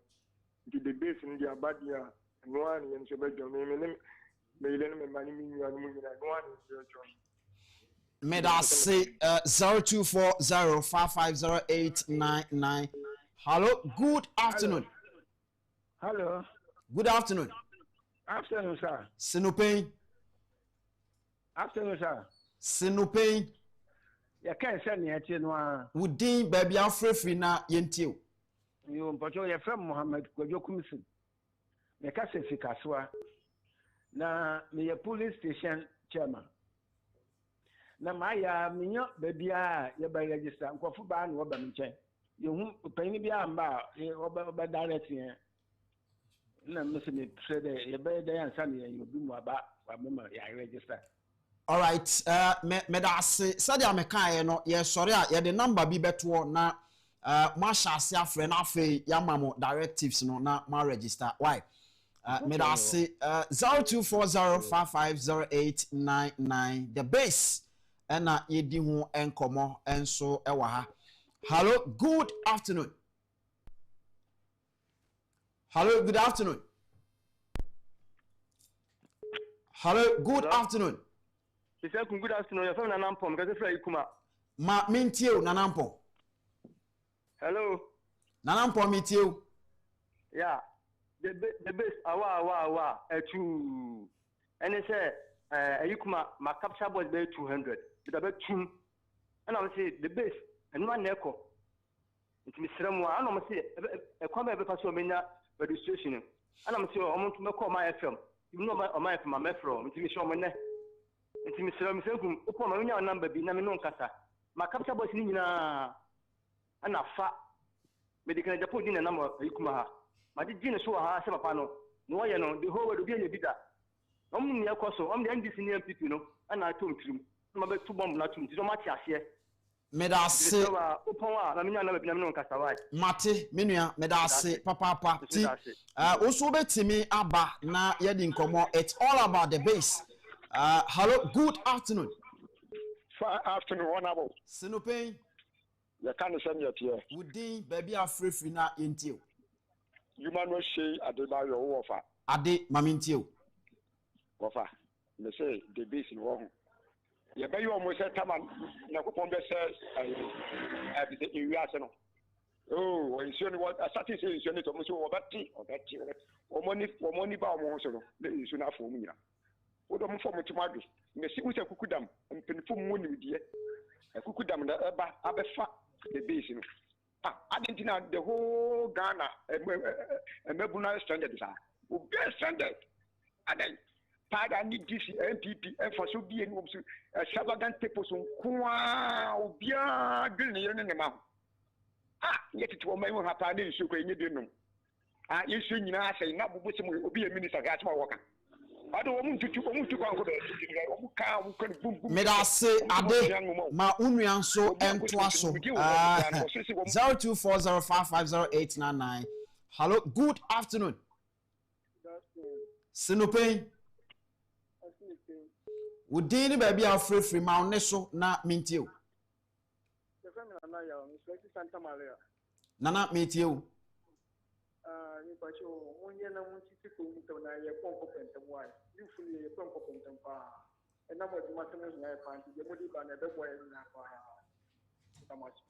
All right, Yanso Yadasi enche sabato the messages from YouTube and WhatsApp ebeba. Hello, good afternoon. Good afternoon. Sinopain. You can't send it. Would any baby are free na mintio? Anka to you. Anka to mamintio. I'm sure baby. Amen. Me did there. Ghana ha. Sir, you call her now fanta the book that you. Na 2028. Yankaji Tumana. I remember maybe 1 year. Either Obi campaign. No occasion baby no kada. No ba. We go to Boho. I will go Kumu. Na a good book. That's what was about the morning pay. But I Ghana for you, my members and your but I Ghana for Ankasa. You have been said the trouble. Ultimately. If you are young for who say, honorable candidate, I don't prefer Agyapong. And enjoy, and then pay for what do you know what you are? What to what was so they take the gun and the gun out and any. Can my father get here while they are? Why do you know what they are? Whatever Pagan is going to gun is get into the best day. Mr. Gun will balance for now, wasn't you? Near the best and Megan and Tumpo, Madame Uncle Maso Medasi, Uncle Yana Brahana, Borham, Nindin, Como I. All right, Mami for last caller no na yem fancy. Hello, good afternoon. Hello, good afternoon. Okay, Mami fancy ya. Mami for friends here. Hello, good afternoon. Hello, good afternoon. Sinopain. Hello. Opani within baby of free na mintio. But I from Kofi or Paris. Kofi mitio. You can't send it. Nothing say, me will Fanco barrier. The first of Fanco barrier, you're from Kofi or Paris. We will call for your person register by you who can't the first. It's yes, sir. Mate Kofi, den ya mo be register why wada roma Owura Joy ewa ha on sorry nko no akire kwan ya mo fa so on be register esan se say no ye guso kakrakrati ebeba. Hello, good afternoon. Hello, good afternoon. Good afternoon. No Pein. What's the pain? Udin baby afrefri na minti. Afternoon. Now I want to say. Good afternoon. You promise to say. Mr. Say mentie o kasa. Me no akra. Mr. Say we name na tia na utie o ho sa. Eti ma me fa afre no fansia. Ma me fansia ansa. Inkum. Yes sir. Hey, na inkum treasure mo apeke me na treasure. Udin. Mr. Yeboah. Oh, Mr. Yeboah, sorry. We name so na wa hayo na nkeja ahoyi. Ma yentio. Aye, Mr. Yeboah, Mr. Ghana mebunu. Wo mo hunu. So filtete why you be a so mo wantene. Na mo tika mo mum. Opposition for ania ya. Wo mo abedi akonwa pede mo afa so ne ade mo nyina mo tika mo mum. Atwa Ghana de ba ko abi jade se. Kovi. Ye went me ti ma me fa ni si ha. Na fe membra Owura Jacob Yeboah so ansan makosa bata ho na ode messages ahodo no so de aba say said ya dem say was say share that special day throughout the week, all the anytime you have to be available ni any common because obon komo man aton kofo aso. Yeah. On say na me shika. Utie course ahodo ai ba ni kofo be person will register. Yeah. But essence base a business minded it has a business net decline our political power because a junior course to say many now how to create jobs for the youth. It affects na a good so spread it was a buy because say a year strategy. Yeah. Send a better all the 276 constituency base benya presence our honor. Okay. What I say. Eti ye no base adwene bibia odika adwene employment adwene ade a business minded and sana omo wo ho no ati omo ade omo ho. Okay. Eti wo so be a base member na tese sebi obo adwuma bi ode ne ho amanfo say omo ponko pentem eti omo nya bokyere man ye develop system bi enti be beba out. Okay. In fact asase e di hu nkomo etenya pape omo amosi o ye wo ha ye wo say obetika at the constituency level no benya ebekwa at the police station level. Okay. Yes. Yeah, yes and man because was a electoral system that you see.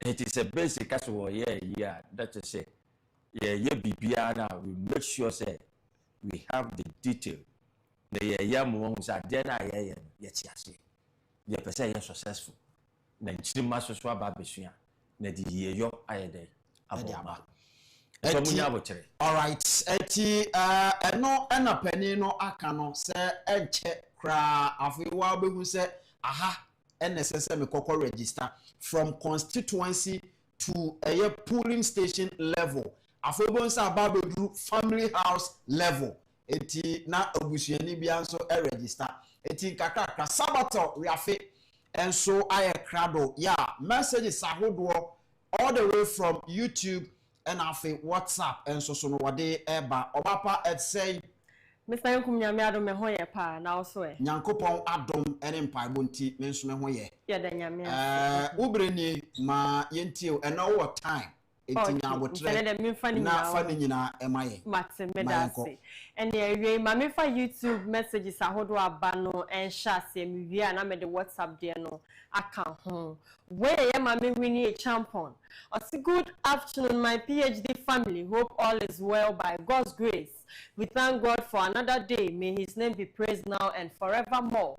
I say, fire, my children, No Pein in boldness and wisdom. Keep it up. Where to say a Richard or Heneba Domako Edifi UK. I say, Inkum, what you said about ex-President Obama is something our parliamentarians should listen to, but they won't because of their selfish interests. Where's in Shona or say the level of incompetence of Mohammed's appointees is sickening, to say the least. How did that woman become a regional minister? She's not even fit to be assemblywoman. Eish. We see an editor. I say, good afternoon, Mr. Inkum. The base will change everything in Ghana. The base, Ghana first. The base, jobs, jobs, jobs. The base, power, power, power. We see in Shona BM. Say, it is not about apology. It is about her state of mind and thinking. She has demonstrated that she thinks less of nodness. Okay. We see Ebenezer Dia, I say, Dr. Baumia holds degree of economics, and what happens? Mr. Albert, please register for the base, Ghana first. The base, jobs, jobs. The base, power, power. We see and Sean Nabi, we see, if a regional minister is saying transferring someone to the north is punishment, then they want to tell us the doctors, nurses and teachers that they sent to the north are being punished too. Richard Bless say sometime education doesn't make one sensible. Education passed through some people, but some people didn't pass through education. Hey. We and Nana Jao Cranton, or say the base means Broad Alliance for Social Equity. Hey.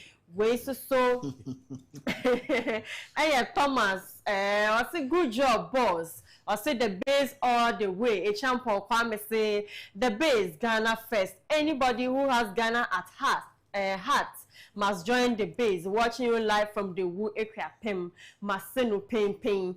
We see Equia Hagan. I say good evening, No Pein. I say No Pein family. Please share and like the base.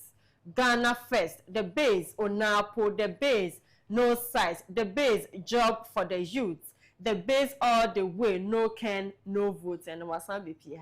Fred Christy say good afternoon, Mr. Inkum. I'm watching you live from Turkey. I say I like this man, the base best movement. Where's to see a Thomas? I say the base register now. Yeah, mommy, we need Agyapong Asaba. You must say, Mr. Inkum, what Jacob is saying about I say the yam is possible because when we buy yam in UK, we preserve it by freezing it. Okay. Daniel Juma say, okay. Friends of Kencity Media say the base is basing. NDC and NPP should watch out. Hashtag the base Ghana first. Adom Desmond say good afternoon. Number one say the base Ghana first. The base we move.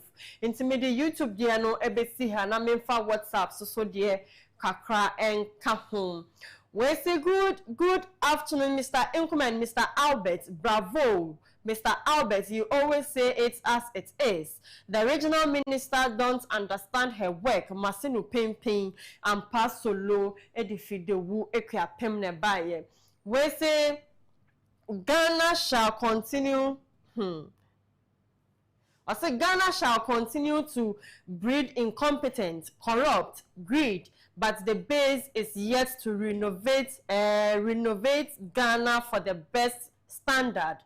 Under Ken Agyapong 2029 beyond. Then again, happy glorious Mother's Day in advance to Asante Mampon or this year, Mrs. Christiana Agyapong, Ghana next First Lady 2029. Where ye Nana Kofi or say okukudru for and a message we buy. We say No Pein. I say No Pein, good afternoon, please. The so-called industry players must first off put our house in order because we don't see a lot of infighting in social media. I say Mr. Inkum, please, I have information for you and Mr. Albert. Do send me your number so we can talk after. Thanks. Where you need edifitema ena ebaye. We say, can I get the base? Also, can I get the base registration link to register, please? Okay. Ye we are me bo number ama wo mu. Okay. Na sa number no bibia ope bia no just call the number. Afi office nso so ewo ho be bia wo bia no ubetimi akọ office wo na enkomo bia about the base wako na afi ye di ti me de sa number no ebetu dwa. Continue. Okay. We say No Pein, Ghanaians are not ready for another president from North now. Even Dr. Baumia confirmed before election 2024. The next president will come from the South. That is a fact, and nobody can challenge it. So those who are making noise in the gutters are wasting their time and resources. The base, Ghana first. We are Dumas. And the bio the fiakra haya. Mr. Nkum, last one way and I may follow WhatsApp now made we see. Let's congratulate the soldiers for the great job they are doing concerning the big push project. Way in Kunyake and the message way by Mr. Nkum made we see her. All right, Sabi ma menna wase papa so enche number no ye de betu TV no so na wankasa wa peke kama. Afi mu amutie radio enso so no mebobo na mo nso so matimi enya no kama menim se Asante Mantemu HFM pokan ho ewo ho Nap radio enso ewo mfimfini Mantemu pokan ho ene no Man FM enso so ewo Enkrapompuni Mantemu pokan ho ane ye di dwumedie no ewo ha kama. Now Owura Jacob Oseyebo a ote se obi ka se we alliance social alliance equity the base broad alliance for social equity as you say it is a record okay na no pursue me. I mean it makes sense. Broad an alliance which is very broad and it is there for social equity. Say me no because we are all social being. Say any budget na ye nema akoso it will no the base no Sano wa interpret it. Okay, I am there. Very simple. I would say it sets us thinking. Yeah. Oh, it base no. You better know. Send a bear social equity. A bit to be about, but it's part of Sanya man. Wonderful. Say, kasi apesi ye. Now we timina a juma. Nansa kowano. O ya bema nasa we timisha family. Nasa we timisha ma square. That is social equity na. Ya kano. But the base in it, your base in it percent the foundation of political and governance system in Africa, starting with Ghana. And the foundation, you say, because the base is also about foundation. And to some penny for you say, see Ghana this foundation, are businessmen ever. Na omobabe create employment. Money are buying no by bomb no more a taking initiative a criticize employment no matter defend businesses ababwa also minimum fear with but 1992 Kobina Dako Dako Farms oba se oba no aba be president no atimi aboa and you say ni njuma wie no afei de nkokonfu nko a na ewi nkokonfu aye boy empane ya born in Pani, and then I must say, Colacra, no to one ma, a cry, no first anchor, you both will be in have attention. Or my dear 60-70 corner, yes, you are your pressure. Sissing me, and ya dear, you warm Pani, fullness, and my name, and my and a colawo 30 years of cries when your pressure. No, we has almost said that farms, but your who's soon so. Abrasoswa the base a near man the base a revival. Send a beya Ghana betima ye poultry farms that poultry farms and betima my ring on cocoa a fresh kakra. All right. Because you cook food never ban a blue and a yako 1 year.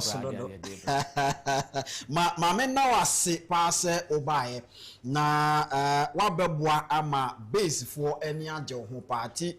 SSC din common here say at least every 2 weeks biano say that kokra na obepie mu ha na ye din komo esan say ene wa man kofo ho asepe wo mo pa mamenka aye weekend we yeah base member ba ko awoko forudia ono wa say base me na make say base the political party ono wa de ne ho and we the charity work in Nasifo. Yeah. It's a very base for a cocoa for Rudia. Okay. It's a Omono, and just after the try say party be the Sika be, but individuals no more no more. And the year 27th, a year AU a Nintino. Yeah. You have a Kumasi. Okay. Aqua could be the base, Cassia pa, another fancy or honor. Na near Bocosu will Kumasino, and Chebia the home assembly ever to ya. All right. It's basically there. As I acquired. All right. Ma men now I say, oh, ba, what the ta, oh, consular, etana, enti, eno, Ora Jacob or say, ye boa, joy, and yenno a D and commona, and so a year, adophobia so birthday, tea.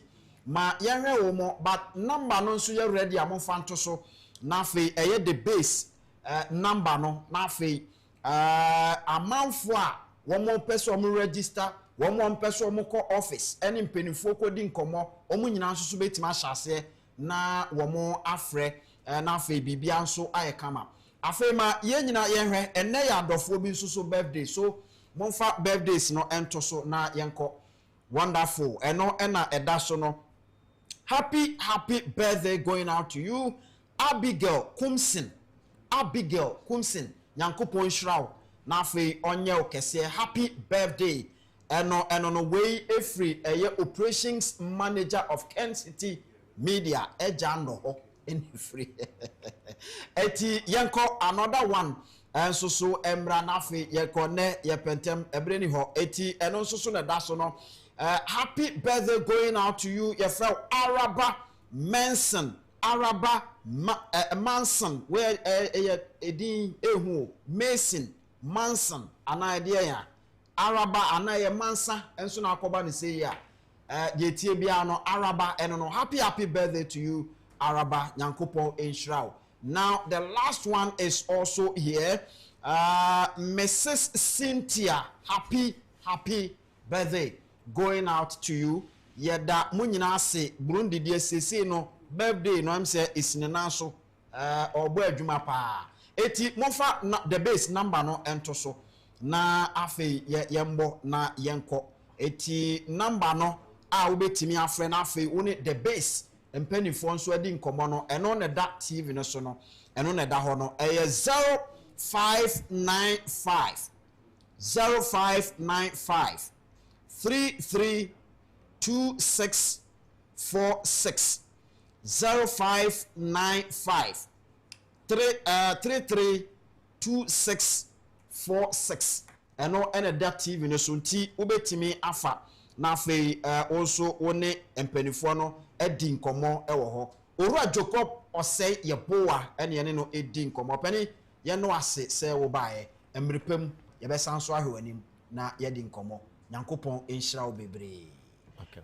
All right. Eti eno no ye de asi nyame ya adomo a ekina ye besan so aba na ye de No Pein dwumadie no ade abrew ye frame Anthony Kofi Enkum Dazi frame Mr. Enkum No Pein ye kano senia etie we are out.